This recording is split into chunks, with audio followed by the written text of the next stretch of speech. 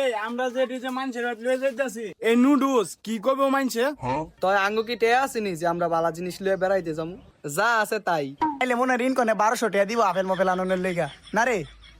তবে একটা পরামর্শ দেওয়া আর নিজের গায়ে কি কমু আয় নিজের গায়ে কি কমু তবে আয় ওই এটা আমার ধারে দে ওই এই ভাই সুন্দর সুন্দর মাই আছে আয় বাপসাপ লয়ে মুই আয় আইসি এই ভাই দাম দে বাপসাপ করমু